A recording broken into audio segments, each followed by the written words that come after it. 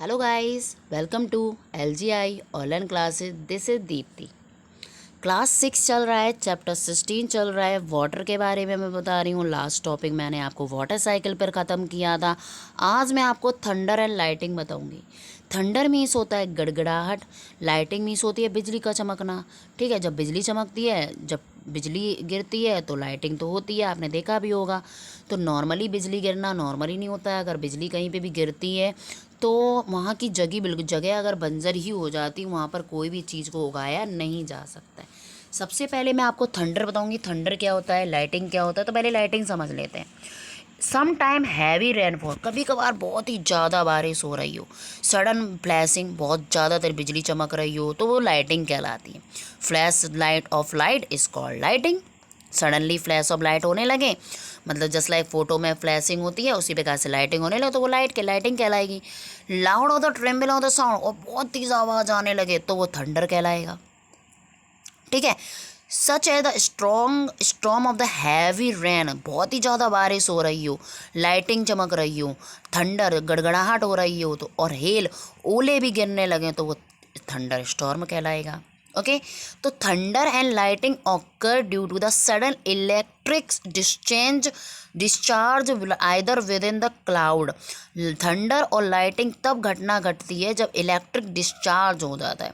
Cloud, बादल, and और the between of the cloud आपस में टकराने लगते हैं. But thunder and lightning occur ये घटित होता है. However we see lightning, हम लाइटिंग देख सकते हैं. फर्स्ट ऑफ द ईयर सुन भी सकते हैं of the thunder later, because speed of light, बहुत ही तेज़ रोशनी आती है. Faster than speed of the sound, बहुत तेज़ आवाज़ आती है.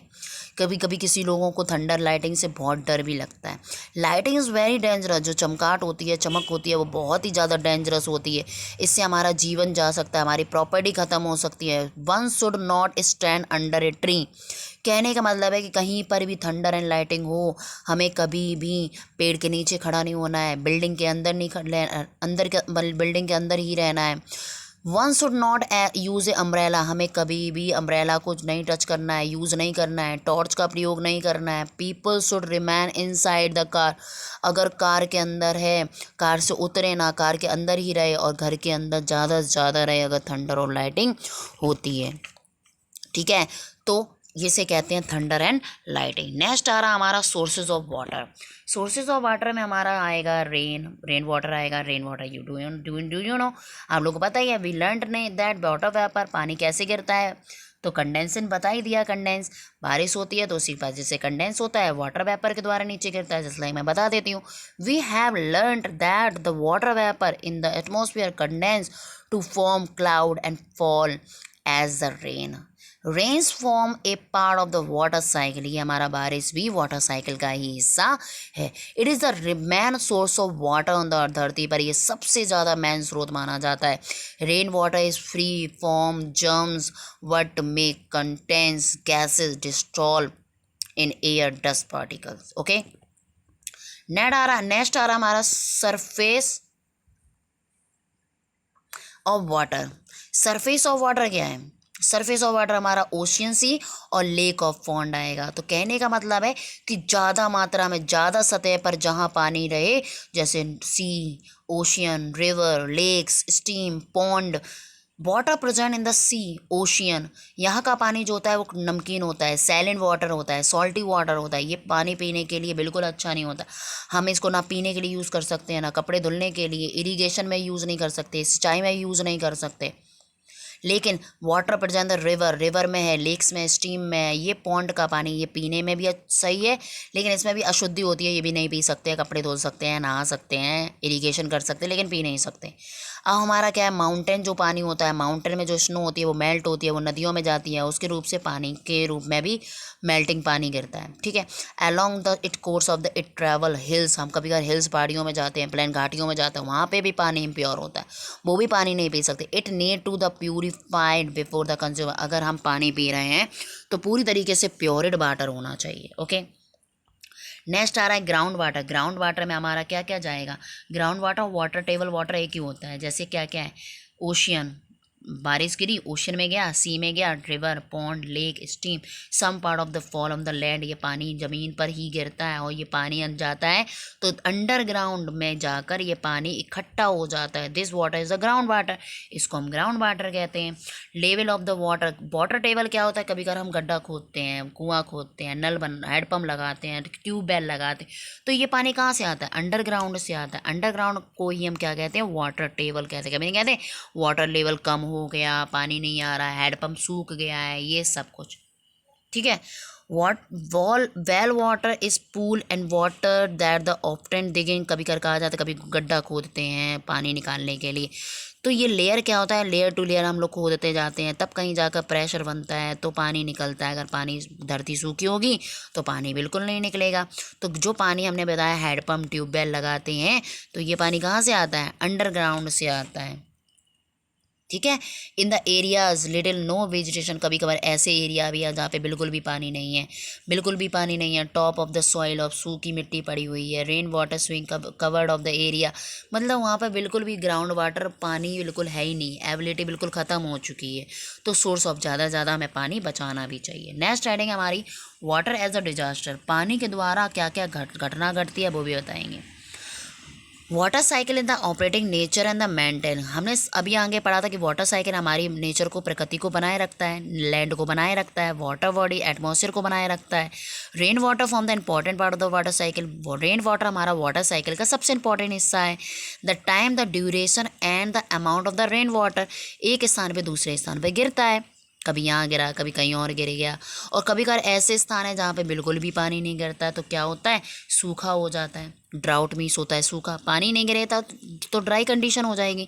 ड्राई कंडीशन होगी तो इसका इफेक्ट क्या पड़ेगा, यहाँ के एक्वाटिक जीवन नहीं रहेगा, बैल सूख जाएंगे, कुएँ सूख जाएंगे, इंसान नहीं रहेगा, जानवर मरने लगेंगे, किसानों को नुकसान होगा, वेजिटेशन, अनाज नहीं उगेगा, हेल्थ अच्छी नहीं होगी, भोजन नहीं अच्छा होगा, ये सारी चीज़ें का इफेक्ट पड़ेगा।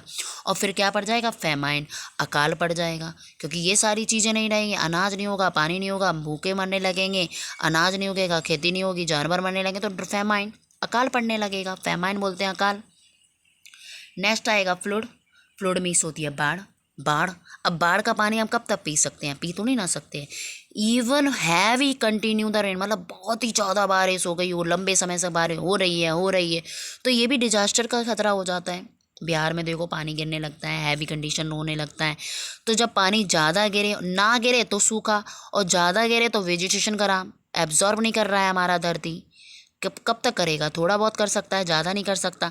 ओवरफ्लो रिवर चैन, ज़्यादातर नदियाँ भर जाती हैं, नेचुरल लेक्स भर जाते हैं, रिजर्वियर भर जाते हैं, डैम बांध फटने का डर रहता है। तो ये क्या होती है, कंडीशन ऑफ द लार्ज। देखिए फर्स्ट चित्र में आपको यहाँ पे कैसे पानी भर रहा है, यहाँ देखो जीवन चला जा रहा है, प्रॉपर्टी चली जाती है, लाइफ चली जाती है, बहुत सारी चीज़ें घटना घटित हो जाती हैं। इफ़ेक्ट क्या क्या पड़ता है समझ लीजिए आप लोग। जैसे हमारे एक्वाटिक जीवन ख़त्म हो जाता है, निवास ख़त्म हो जाता है, जब जलीय नहीं रहेगा तो जलीय जानवर ख़त्म हो जाएंगे, तो उनका निशान नहीं बनेगा, ठीक। उसके बाद इंसानों में एपिडेमिक्स, महामारी फैल जाती है, डिसीज़ फैल जाता है, डायथोरिया, मलेरिया, डेथ हो जाती है बहुत लोगों की, अनाज नहीं उगाया जा सकता है, फ्लूड लंबे टाइम से, ट्रैफिक सिग्नल ख़त्म हो जाता है, ड्रेन नाले बंद हो जाते हैं, इलेक्ट्रिक पावर ख़त्म हो जाती है, घर गिर जाते हैं, बिल्डिंग गिर जाती है, ब्रिज गिर जाते हैं, बैंक ख़त्म हो जाता है, मतलब ज़्यादा से ज़्यादा फाइनेंशियल लॉसेस हो जाते हैं, मतलब पैसे की ज़्यादा से ज़्यादा कमी हो जाती है। ओके, तो नेक्स्ट आ रहा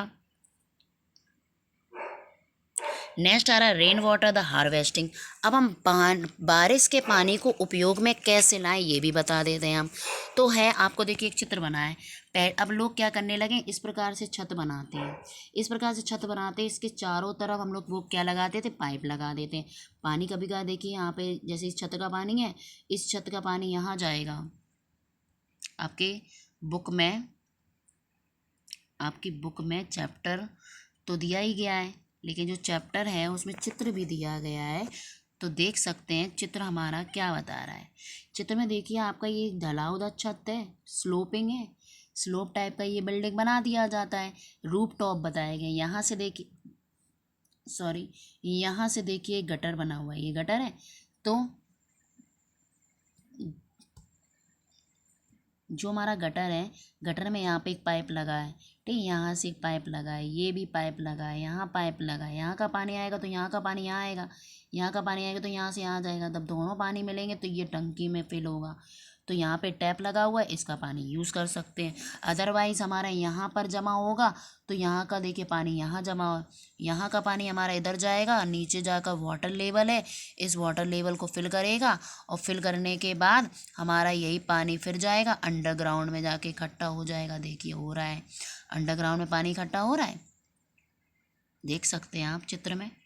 तो क्या लिखा है हमारा, गटर का पानी, उसके बाद टैप, स्टोरेज टैंक, फिर लिखा है consist of a collection of area, फिर गटर लिखा है कलेक्शन ऑफ एरिया।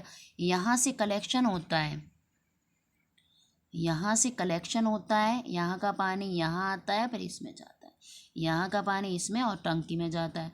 और अगर हमारा इस रूप पर कलेक्शन ऑफ एरिया में जा रहा है तो यहाँ पाइप लगा होता है, तो इसका पानी यहाँ से इसमें टैंकर में जाता है, ये फिल हो जाता है और फिर हमारा यहाँ से पानी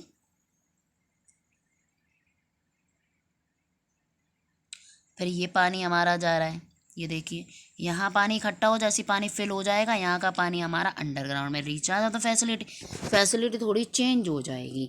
तो इस प्रकार से हम रेन वाटर को यूज़ कर सकते हैं। जस्ट लाइक हमारे माध्यम से टेक्निक नई बनाई गई है, roof top the rain water harvesting, it is the traditional technique. आज की टेक्निक है ये, रेन वाटर को कलेक्ट कर लेते हैं, allow the go to the storage, tank में जाता है, अब पाइप के द्वारा जाता है, वाटर फ्रॉम द रूफ, छत पे अगर है तो वो सॉइल मिट्टी में जाता है, जिससे हमारी मिट्टी फर्टाइल हो सकती है, उपजाऊ हो सकती है। Rain water can also be directed through the pipe, ये पानी के द्वारा नीचे ग्राउंड में जाता है, हियर द सीप, नीचे जाकर रिस जाता है। सॉइल द रिचार्ज, ये हमारी ग्राउंड को रिचार्ज कर देता है।